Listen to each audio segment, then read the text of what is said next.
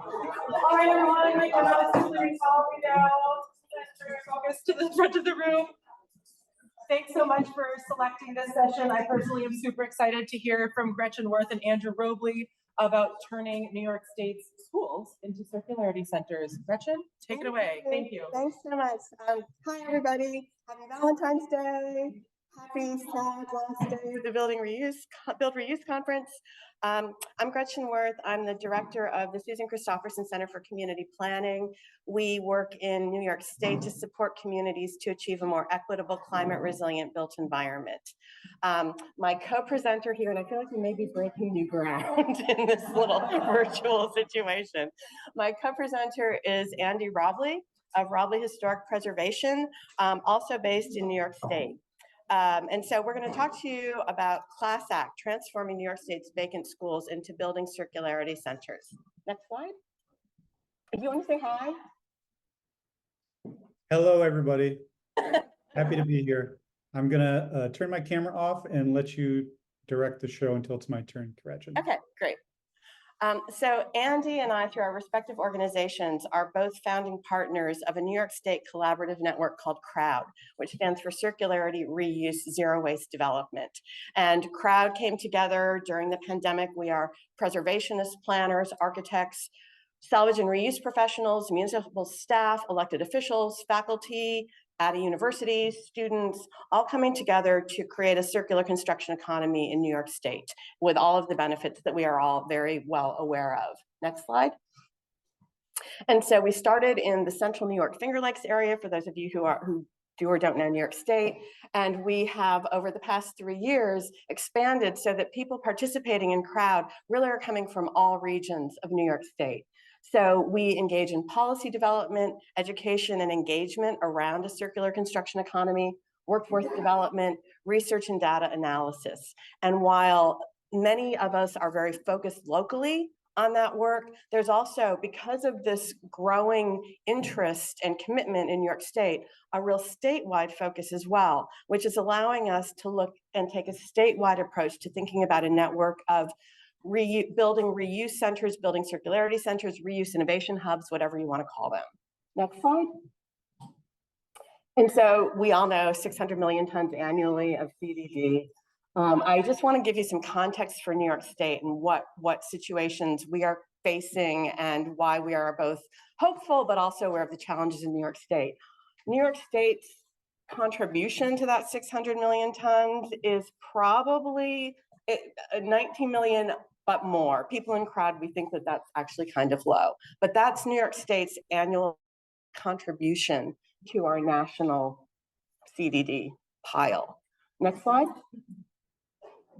But despite that, and despite New York State being really behind the curve on all of this, and so I've spent almost 3 days with all of you in this room, and it's so inspiring, but it also makes me feel embarrassed that we are so far behind so many of you.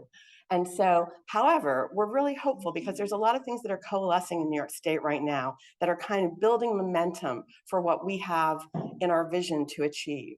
So in 2019, New York State passed the CLPCA, or Climate Leadership and Community Protection Act.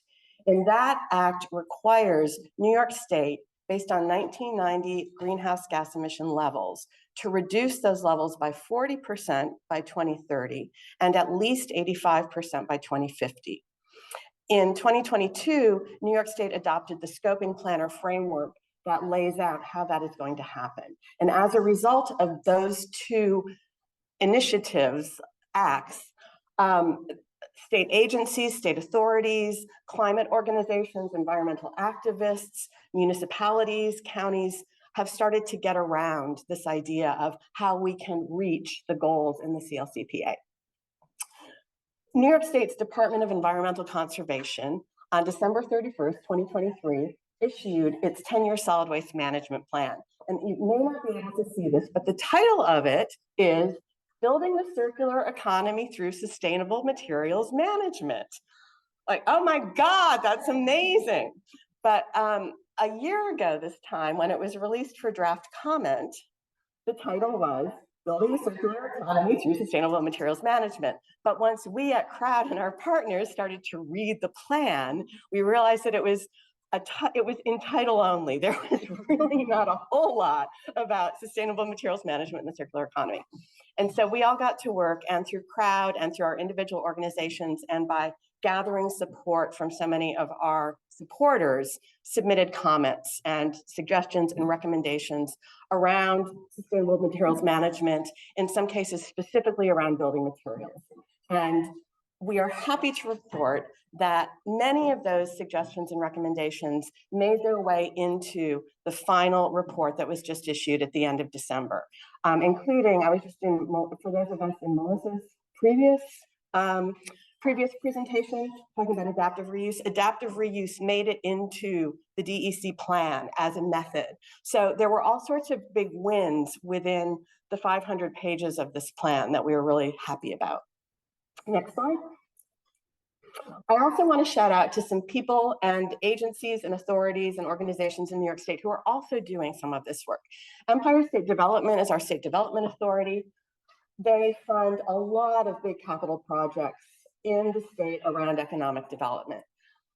For a grant, a big annual grant that was just released this week, for the first time ever, there are points if you as the applicant agree to divert building waste or reuse building materials in your project. This is the first time that's ever been included in language from Empire State Development. And again, through CROWD's outreach and communication with them. So we're really proud about that. We have an organization in New York, NYSAR 3, New York State Association for Reduction, Reuse, Recycling. They have been for a long time very much focused on the recycling part of that. Plastic, single-use food containers, et cetera, food scraps. Through our efforts, they're now very focused on the reuse part of that, and specifically around building materials, as well as a lot of other material streams. And so they have become a really big supporter and collaborator with us. And then I also want to shout out to Luna and Yarden from Reclaim New York City and their other colleagues. New York City and the challenges and opportunities around CDD, around the circular construction economy, is a slightly different animal than the rest of the state, which is rural and suburban.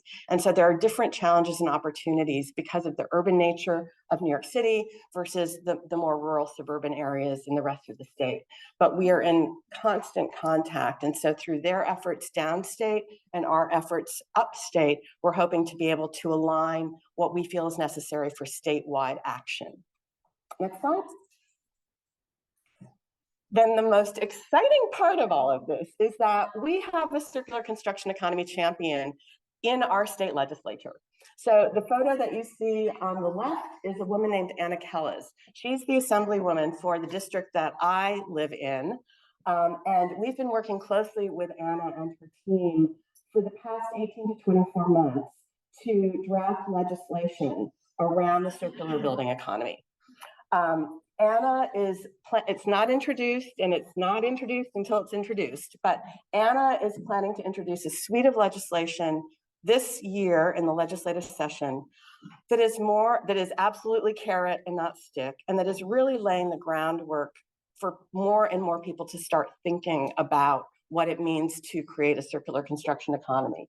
So in her legislation, she has a bill that would have grants to incentivize municipalities to adopt local ordinances. We have no municipality in New York State has a deconstruction ordinance or even a resolution. It would modernize our DEC's data collection, I believe, across all material streams, but we're very focused on the CDD data, which is not very good. It would create a deconstruction contractor certification program within the state. And then one of her Senate colleagues, who she works very closely with, would introduce legislation allowing the use of reclaimed wood in new construction. And so thank you for anybody sitting here from Washington or Oregon, because they leaned heavily on your legislation to craft this legislation. So this is her plan. This is the first year. Who knows what will happen, but she has a very aggressive plan in subsequent years that would start to introduce requirements rather than just incentivize and carrots. She's also started to talk about publicly deconstruction versus demolition. And so this is an excerpt, you can see it, from her weekly newsletter that goes out to constituents, where she talks about deconstruction versus demolition of our buildings. So she started to really talk about this and use language in public settings where she's very active. And so this is just so exciting to us. The first day of the policy committee, Stephanie Phillips talked about how there is need for state action and it is there for the taking. And so in our vision, New York State's going to come from behind and grab that mantle and run with it. So we're really, really excited about all of this. Next slide. And so to get to the actual idea of space for the materials, and so everyone knows that it is a huge space requirement. We have amazing reuse facilities in New York State. Finger Lakes Reuse from Ithaca, Robin Elliott, Diane Cohen, I know you know them. So many of you tell me that they are your inspiration. In New York City, we have Big Reuse, started by one of our crowd partners, Justin Green, an amazing, amazing operation. In Buffalo, Reuse Action, and there are these reuse facilities all across the state. But of course, because of the influx of every other material stream, they are really, really squeezed for space. And so, although it is not in Anna's legislation, she sees this challenge of identifying space for building materials and is very, very committed to building that brick and mortar marketplace. Next slide. So it's not like we don't have vacant space in New York State. This top photo is a photo of a munitions manufacturer, a 1 million square foot munitions manufacturing plant that closed in December. The bottom is a 230,000 square foot aviation manufacturing plant that has been vacant since 2006. Next slide. We also have, big box stores that are no longer big box stores. In New York State, upstate, we have rural chicken farms that are no longer being used as chicken farms. Next slide. We also have manufacturing facilities that are ideal. This is a manufacturing facility in central New York. Amazing open spaces, loading docks, hallways you can drive a forklift through. Floor scale, ideally placed by the loading dock. I mean, amazing, amazing. Could move in tomorrow as a reuse facility. Next slide. But we also have vacant schools. And oftentimes these are municipally owned. A municipality doesn't know what to do with them. And so in Anna's language, our assembly person, these are low-hanging fruit in terms of trying to create an easy, and I will say that in big air quotes, easy network of reuse facilities. So I'm just curious, raise your hand if you went to a school that looked like this. This is 1932 building, and keep your hands up. Next slide. 1960s era, modern, okay, keep your hands up. Next slide. 1970s, anybody? Okay, and if your school, if it's no longer being used as a school, maybe it's been adaptively reused, maybe it's vacant, anybody, what's your school?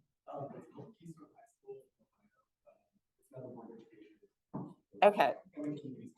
Okay, so as it turns out, some of these schools actually are taken over from municipal offices. They are adaptively reused, but sometimes a municipality just doesn't know what to do with this big school sitting there. Next slide.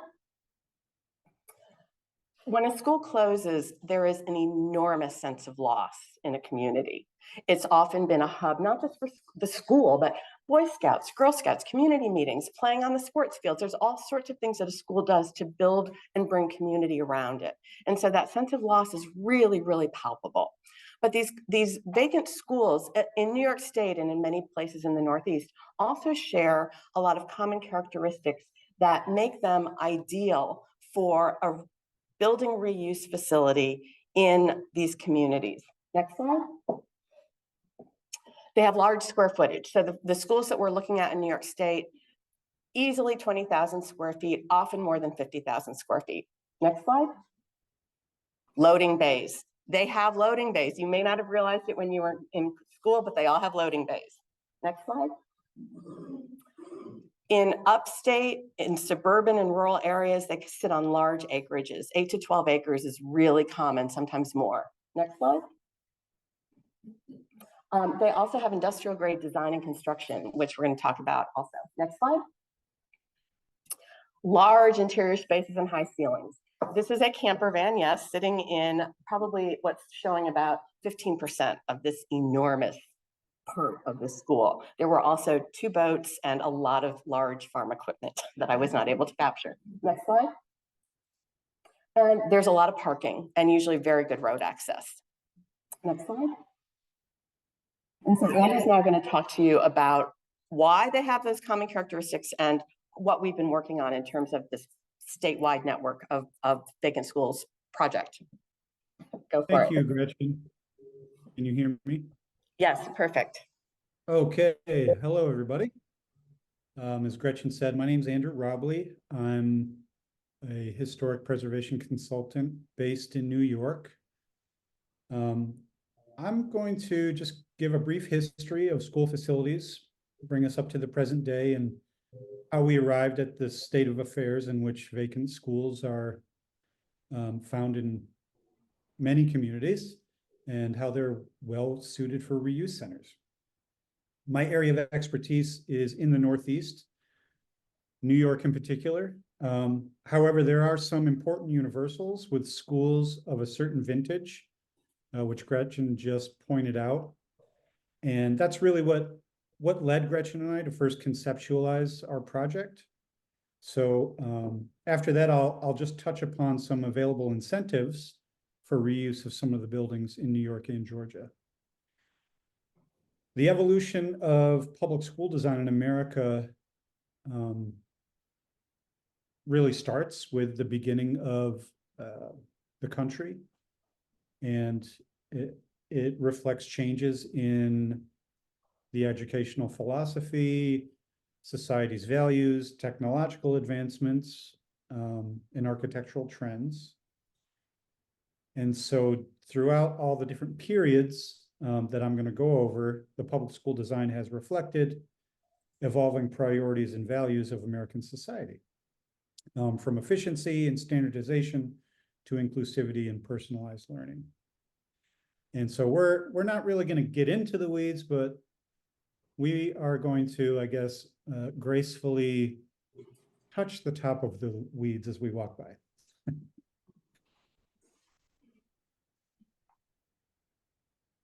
So just to give you a broad overview, you know, the first school in any pioneer settlement, whether that's New York or Georgia, is usually a single room schoolhouse made of timbers, cut from a local supply. In Georgia, this is interesting, those also tended to be abandoned farm buildings. So an extremely early example of building reuse. So in small communities where the population didn't really justify building a school of multiple rooms, kids would all attend school in one room, all ages. Later in the 19th century, with urbanization and industrialization, communities grew. That led to larger populations and a need for more schools. They began to feature multiple classrooms, specialized spaces. They required more design work. And so the services of architects were brought to bear. And then through the kind of tension between the community wanting to make sure that their taxes were being well spent and the architect's fees, that led to a period of standardization. New York began introducing standardization in the 1890s. This is a plan from a book called Design for Schools, which is from 1895. It was published by the state education department. It was, as I said, primarily driven by the public's demand that the use of tax revenue supporting education was regulated to ensure the best quality for the lowest price. By the end of the 19th century, Georgia had made some pretty good achievements in public education. However, things were a little bit different in Georgia with the Civil War and its aftermath. Other segregationist education policies, and the inability to raise taxes to support public education. Local school districts really struggled to implement local taxation schemes. The First World War really established the need to ensure a healthy and robust population from which to man an industrial military.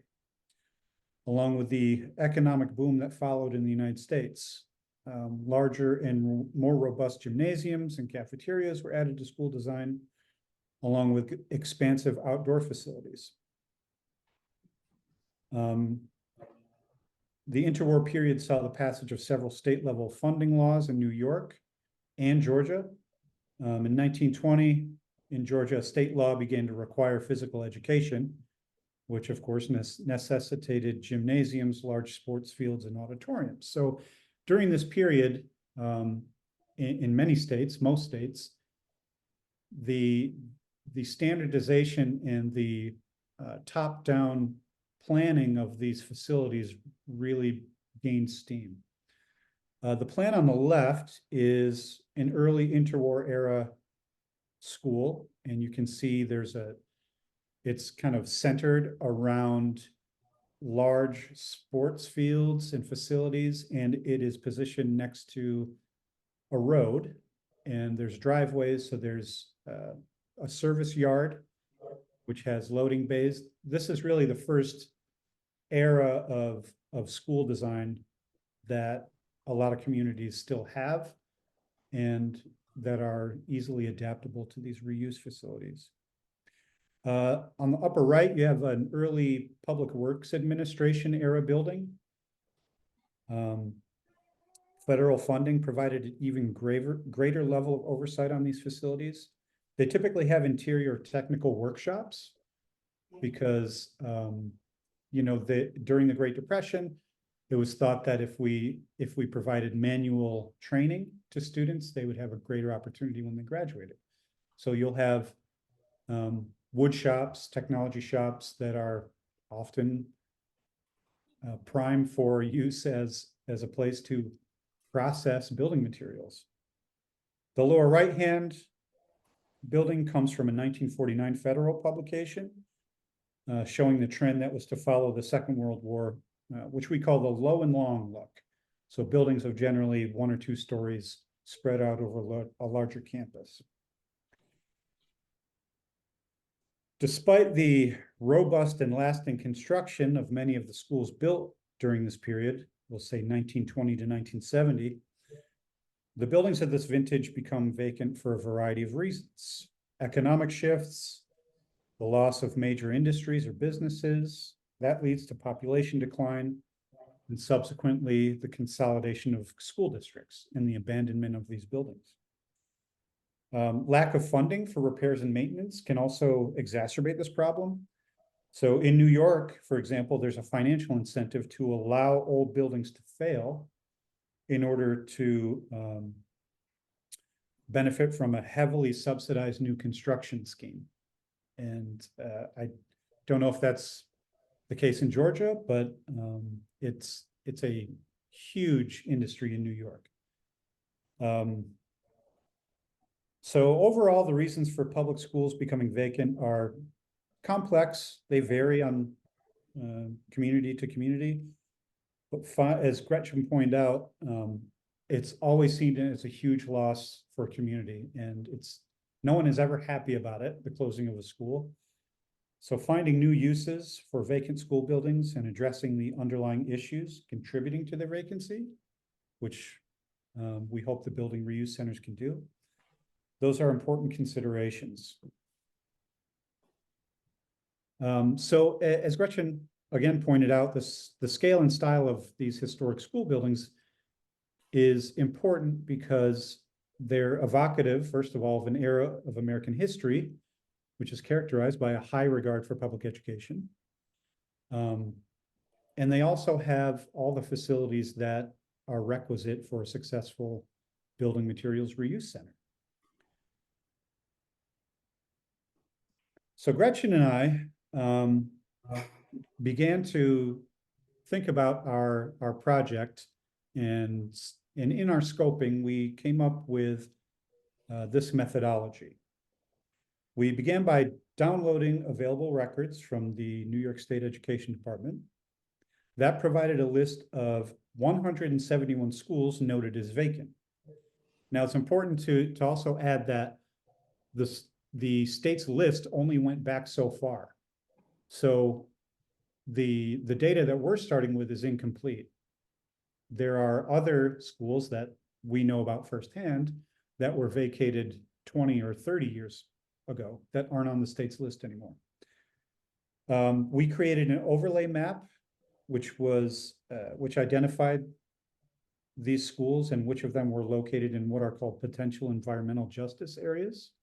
And that provides another level of focus for our project. Our list was then cross-referenced with available real property records in their respective counties, along with other publicly available data such as news articles. We sometimes had to call these places to ask if the building was still vacant or being used. And so we refined this down to a final list of vacant schools. They were located in a variety of contexts in upstate New York, from rural, urban, and suburban. And the dates of construction range from 1930 to 1969. And some of them had later additions and upgrades. Then we decided to evaluate our vacant school list based on a characteristic matrix. The characteristic matrix considers distinct and empirical quantitative factors supplemented by important qualitative factors. We use these factors in a preliminary assessment of each property's feasibility as a building circularity center. Based on the results of our preliminary assessment, we ranked the vacant schools to prioritize their potential reuse. There were 5 distinct and empirical points of measurement we considered as part of our quantitative process. First was the square footage and site acreage for each building. These are important factors in determining future use. The greater the square footage, the more favorable a site is, of course. That basically gives the center the room to process materials. We looked at building site and building and site condition, which can significantly impact the redevelopment in various ways. We had to determine the method of quantifying conditions. So we decided to make the most practical assessment by using the property conditions rating used by Fannie Mae. And this is a scale from 1 to 6, which basically rates a school, starting with a school that is newly built or additions that are newly built and never been used, all the way to a building that's basically about to fall down. We also looked at the historical and cultural significance. And that's because historic properties fall under an array of federal, state, and local regulations, and also because there are incentives for rehabilitation, which I'll talk about a little bit later. As a result, our properties will be given favorability ratings according to their status relative to listing on the state and national register of historic places, which is the prerequisite for a lot of these incentives. We looked at zoning. Local zoning regulations often dictate standards of redevelopment. And we looked at the proximity to construction and demolition debris waste facilities. This quantitative assessment was intended to provide a baseline, which will be supplemented with a qualitative assessment, which includes assessments of community support. Redevelopment plans need to have buy-in and align with the community's vision. Potential local impact. The redevelopment of any building could trigger the need for upgrades to surrounding infrastructure like roads, utilities, so on. So we need to look at how our reuse center will impact the local community. If it's kind of down a dirt road or something like that, are we going to, does the road need to be paved? Does the road need to be upgraded, or is it in perfectly fine shape?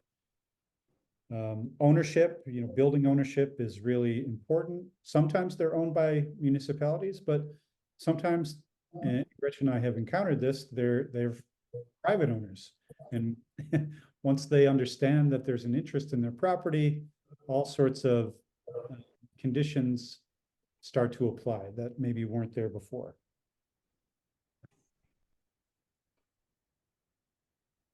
Then we began to think about the proximity to these schools and transportation corridors, especially rail lines. Moving materials in and out of these buildings are key to their feasibility.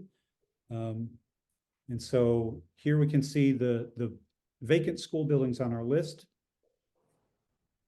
Most of them are near a rail line, or at least near a major transportation corridor that leads to a rail line.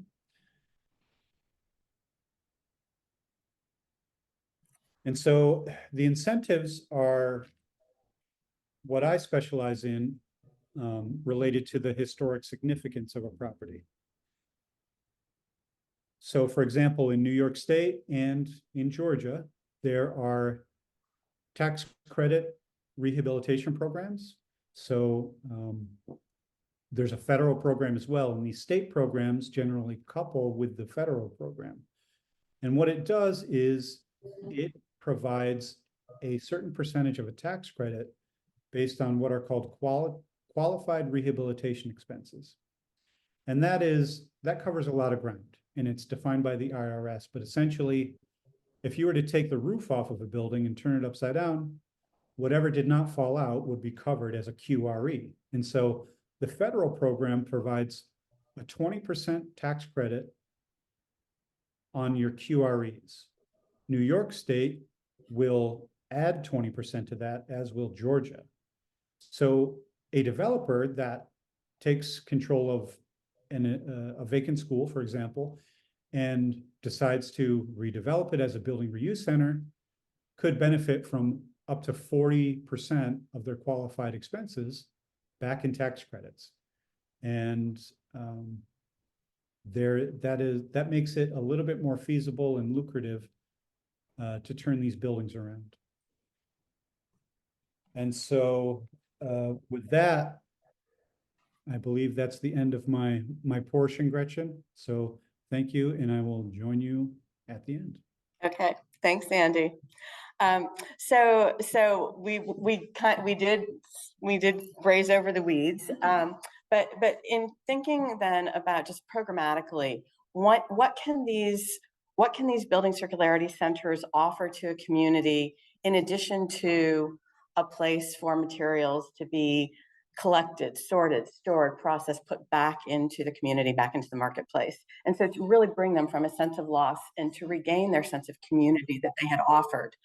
And so as you saw, some of these schools need some help. And so they offer ideal on-the-job training to learn about window restoration, to get certified in hazardous abatement, to do all of those HVAC systems, electricity, plumbing, that in many cases, some of these facilities would need to be back into a working site.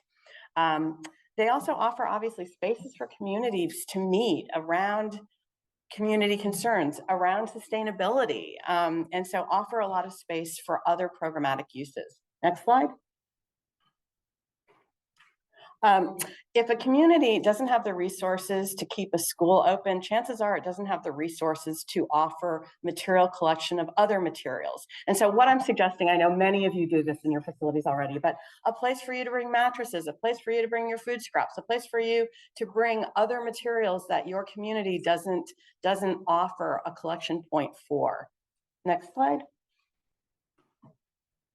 Tool lending libraries, repair cafes, all of those great things that programmatically I know so many of you do already. Next slide. But also there's a real opportunity at the site to tell the history of the site. And so to use the space in this school to talk about the people who went there, the architect who designed it, the community that grew up around it, and to really be able to tell those stories in the actual building that you're telling the stories about. Next slide. There's a lot of really fun programmatic ideas that we have as well, like outdoor movies in the summer, maker spaces, artisan markets. Next. An indoor-outdoor mini golf course made of reclaimed material. Next. In upstate New York, we have a lot of vernacular agricultural buildings that are falling in on themselves. And so why not move the grain silos to the site rather than letting them fall in on themselves and turn them into bakeries? Use an old sheep barn, move it to the site, turn it into a space where designers, architects, contractors, clients could come together and talk about the materials that they're seeing there and what they could create around those materials. And so really to offer additional space, but also additional history at this place of the surrounding community. Next slide. So that's bringing us to the end. I just want to shout out to 6 people who are not here today, who did the lion's share of that blindingly awful Excel sheet that you saw on the screen of hundreds of schools. So these are Christopherson Center interns who have participated in this project, and we could not do this without them. So Annie, Katie, Divine, Kai, Galiba, and John did amazing work on this, and some of them will continue to do amazing work on this. So I wanted to thank them, even though they're not here today. I also wanted to thank so many of you who are in this room who have, since we started our work in New York State, been so critical to how far we've been able to get in not a very long time period, collectively and collaboratively. And so Timony is here. It was Bay Area Deconstruction Work Group that was the entry point for so many of us that are now involved in crowd in New York State. So thank you to Timony. Stephanie is always so willing to jump on a call, to send information, to participate in New York State, even though she's sitting in Texas. And so this is such a great community, and so many of you have really contributed to the work that we've been able to do in New York State. So thank you so, so much. And then I think we just have one final slide as a thank you. And so here's our contact information: Andy at Roblee Historic Preservation, me at the Christopherson Center. And if you want to hear about Crowd, then we have a website, crowd.org, crowd with a 0 for zero waste development. You can email us. I'm sorry, we have a QR code that I totally forgot about.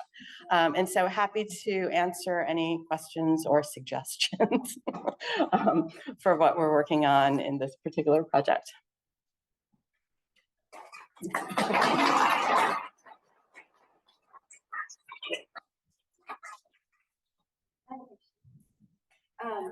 The matrix that you developed, is that something that is shareable or something that you can transfer to other communities? I'm asking because San Antonio's independent school district is closing up to 18 schools in the next few years.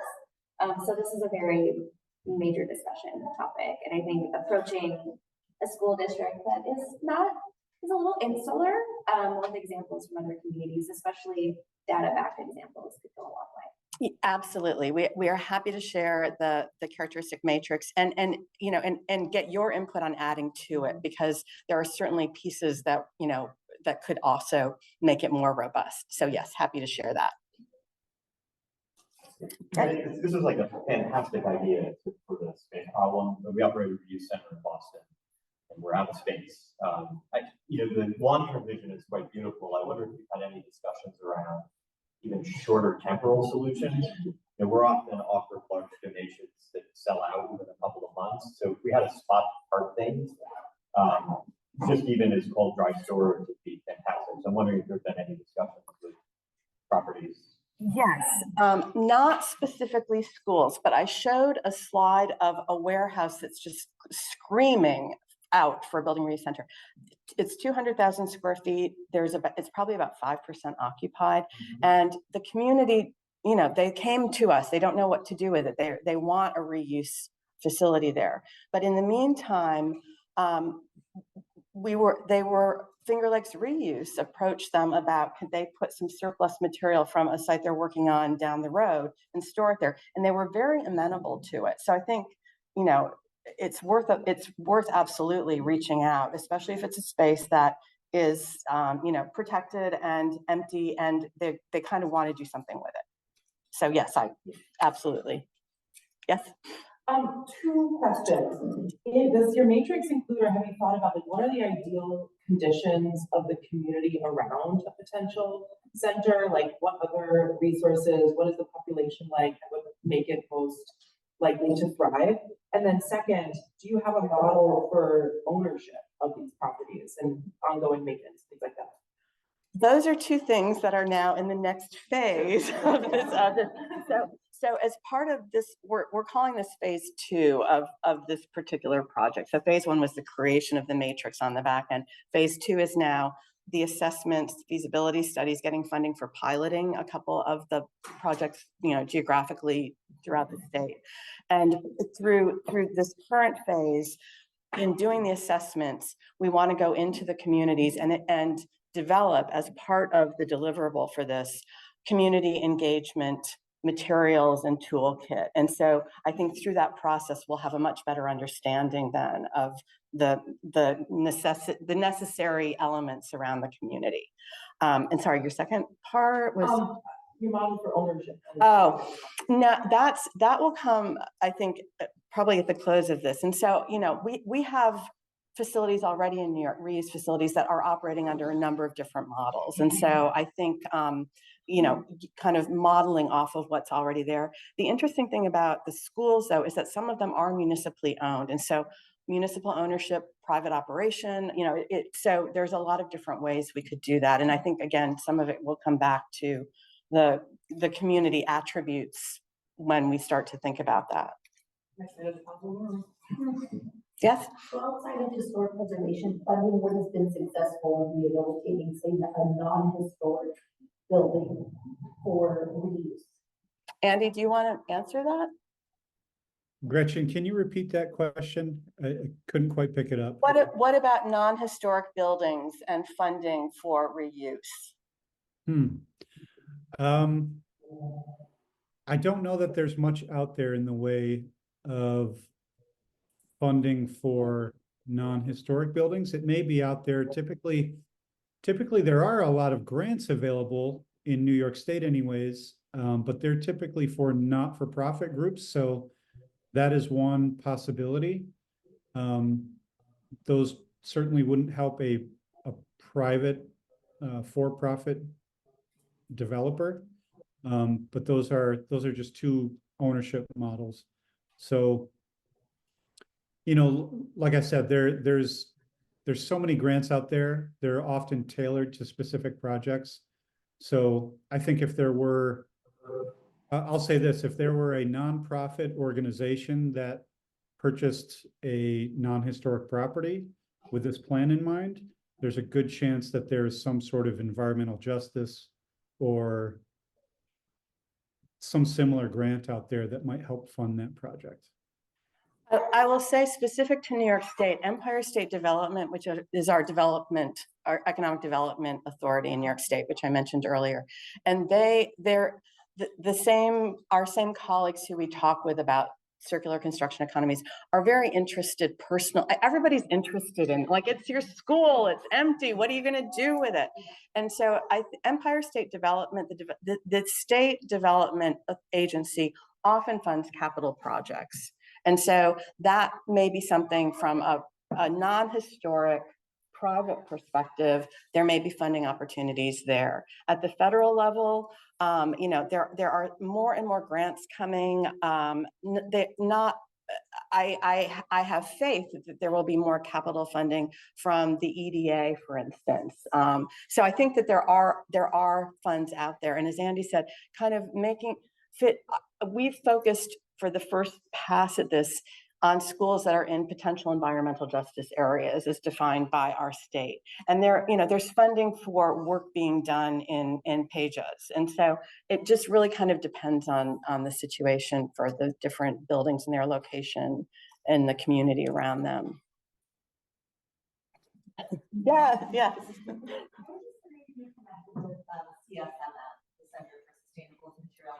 Yeah, yeah. If they're providing any sort of like support of this? No, but again, interested, and we work with Kate Walker very closely. So yeah, we talk to them a lot. Okay, great. I'll just go. Yes. I just want to say I'm a historic preservation planner in Massachusetts, and I don't believe that there are any culturally insignificant schools anywhere. Architecture is only one standard in Secretary of Interior standards for significance. Like, that's only one way that we find significance, and culture is important. So, if it were me, I'd go for it. But I work in Brookline, we don't have any historic significance to age. We find everything significant. Right. As well, you should. Yes. What other programming models are you looking at? And have you thought about bringing affordable housing into the programming to create like a residency program for makers and other, and I hope that other districts as well. That's an idea that certainly gets floated around depending on the size of the schools. For the regions that we're looking at, it's hard to, I would say 50 to 60,000 square feet is kind of the max. And so how the different uses of the different spaces and affordable housing requirements, and that's not my area, but it has been one of the possible uses that has been mentioned when we start to think more about the programmatic aspects of what we're aiming for eventually. So thank you. Yes. Actually, off the back of that, I was thinking, since you might have municipally owned properties that are vacant, has there been any discussion with storing municipal or salvage materials from municipal buildings that can then go into further municipal or state funded or city funded housing programs like affordable housing? Because I work with affordable housing in New York City, and it is a massive issue with materials costs. That is, from the pandemic, that is causing us to not be able to build what we want. Right. Yeah, these are all amazing ideas, and we're not there. We're not there yet, but yes, that would be a fantastic, valuable use for the community, I would think, for sure. Are you at a stage where it would help to have local advocates in some of these communities? Maybe 6 months from now, we need to actually go and literally do site assessments and feasibility studies. This has all been done, on computers and GIS mapping and things. So, but yes, we will need people in each of these communities who are really advocating for us, and hopefully through the crowd network that we've, developed. Yeah. So, do you have plans to do feasibility studies for a portion of the schools that you? That's our next phase of funding that we will be applying for. Okay. Josh? Does New York State have a historic tax credit that applies to commercial properties? And if so, have there been conversations around kind of replicating that model for historic structures? This is something that we're pursuing in Minnesota right now, due to the plenty of vacant office space that we have since the work from home transition. So I'm just curious to see what the conversations are like in New York. Andy, did you hear that? No, it was a little muffled. Can you repeat it? Yeah, I was just asking if New York State had historic tax credit that applies for commercial properties. We're seeing we have a lot of nonprofits in the state of Minnesota that are interested in doing work like this, but it's the capacity that's the issue. So offering tax credits could potentially kind of bring developers into the mix, so that we can kind of maximize the commercial space in the future for rehabilitation anyway. Especially like circularity centers could be falling under that category as well. So I was just curious to see what New York is like in the terms of tax credits. Did you hear? Gretchen, can you repeat that question? Because New York State tax credits for commercial properties. oh yeah. So great question. So yeah, the tax credit in New York, the historic tax credit is for any property that is listed on the National Register is eligible for the tax credit. And that, you know, several of my projects are office buildings, the upper stories of which are being converted to residential. So that's probably the most common use of that tax credit right now. There are other tax credits in New York anyway that can be coupled with that. So you can have the federal and state tax credit. There's also a low-income housing tax credit. There's energy efficiency tax credits. There's if a developer is really smart and knows what he's doing, they can assemble enough tax credits to basically pay for their entire project. And then it just becomes incredibly more and more feasible the more tax credits they apply. But they need to be able to deal with the paperwork and the time and attention it takes to do that. So, you have to find the right developer, and there's good ones out there and there's bad ones out there. So I hear what you're saying about the conversion of office and commercial space into residential. That is that's a big market, and that's where a lot of these buildings, these tall office buildings, are headed, at least in New York. Yes. I'm a preservationist from Savannah. So I'm just curious what kind of federal funding you are using currently, if any, to fund these phases that you're working on. This was funded by a small grant passed through from our Department of Environmental Conservation.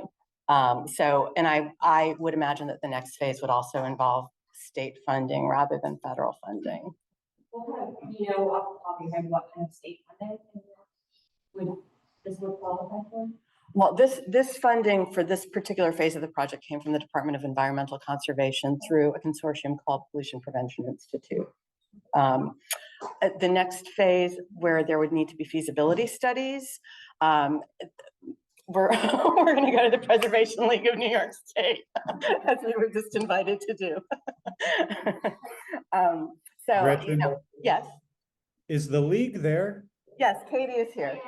It's Katie. Hi. Yes. And so, but one of the things I would also say, which is one of the reasons that we in New York State are hopeful just generally about this, is because of our state CLCPA, the Climate Act, because of the work that EPA has been doing around this, USDA, EDA, there just seem to be more and more and more grant opportunities at all levels, which you can somehow make your project relevant to what is being asked. And so I just have to believe that there will be more of that kind of funding coming. So we're not anywhere near ready to go for federal funding for this program. That is a small piece of what we do, but I think there will be more and more. There is a lot of interest at the state level just in this project. Like I was saying, when you talk about vacant schools, and everybody goes, oh, and that's people at the Empire State Development, that's people in the governor's office, so there's just a lot of interest around this because, as we said, there really is a sense of loss when a school is sitting vacant. Yes. So I'm actually a former teacher, and so I'm curious about the potential for some of this, because I taught at a school that it opened in 2000, so this is not known as the building, it's 25 years old at this point. And they built it for the potential for a lot of vocational work, where they had a wood shop, they had a home ec lab, and then the funding for all of that was cut. So then they have all of this square footage that they couldn't use, that you couldn't really adapt to something else when you have commercial kitchens in it and things like that. And so I'm curious at this point too, if you have municipalities that are looking to get rid of their real estate, and they suddenly see like, hey, we have this real estate that we can't use for office space because it's a wood shop, that maybe these kind of partnerships have the potential to lead to more retention of these municipal properties because of these partnerships. Like, hey, we can still use the front for office space then. So I'm curious, like, do you think that there's potential for partnerships with local? Or is that something that because of the private-public issue might not work? I think I don't have an answer. I think we'll have to wait and see. My sense is that a lot of municipalities just really want to get this, yes, they don't want to deal with it. Having said that though, in New York State, we ended up with not as many, I mean, there are certainly lots of vacant schools in the state, but in the end, for the characteristics that we were looking for in terms of years and vacancy period, and also we have not looked at any schools downstate on Long Island or New York City. So this is all upstate, and there's just as many more in that region. But many of them over the pandemic became municipal offices. And so there is, you know, just in terms of a larger, brighter picture, there is a lot of reuse of these buildings that seem to have occurred during the pandemic, where they were taken over by the municipalities themselves as office space. But we, like I said, we haven't yet gone into the communities that we want to start to do feasibility studies, community engagement around, to see what their appetite is for some kind of partnership. But we also want to make this list publicly available. If it can't be a building circularity center, it can be affordable housing. It can be, and there, and, you know, like, it's not surprisingly, there's no master list of vacant schools in New York State. So this is it. And so we want, you know, we want people to understand there are site opportunities around these buildings that are really important, and to consider them when you're looking for, you know, a housing opportunity, when you're looking for a, you know, a business space, whatever. So we do want to disseminate this, you know, for other people to think creatively about the space as well. Anything else? Well, oh, yes. I just wondered if you've done any work with New York State Parks. I interned with them and I looked at the Mills Mori Historic Site and inventoried all their buildings, but that hasn't been done before. So, like, is there any thought to expand this department? Andy, would you like to expand this to the Parks Department, to MPS? Yes. No, that would be, it's, so what I'll say about that is the same theme that keeps coming back up, is that all this time and attention requires money. And the search for grants in and of itself can be a small job. And so it's just really important that people express how important this is to the people that matter, so that we can get the funding behind this project and others like it to make sure that it gets done. So expanding would be great, but there's only so many hours and so much money that's behind this effort. So I know we're at 11:15. Thank you all so much. If you have more programmatic ideas, bring them on. Bye. I'll talk to you soon.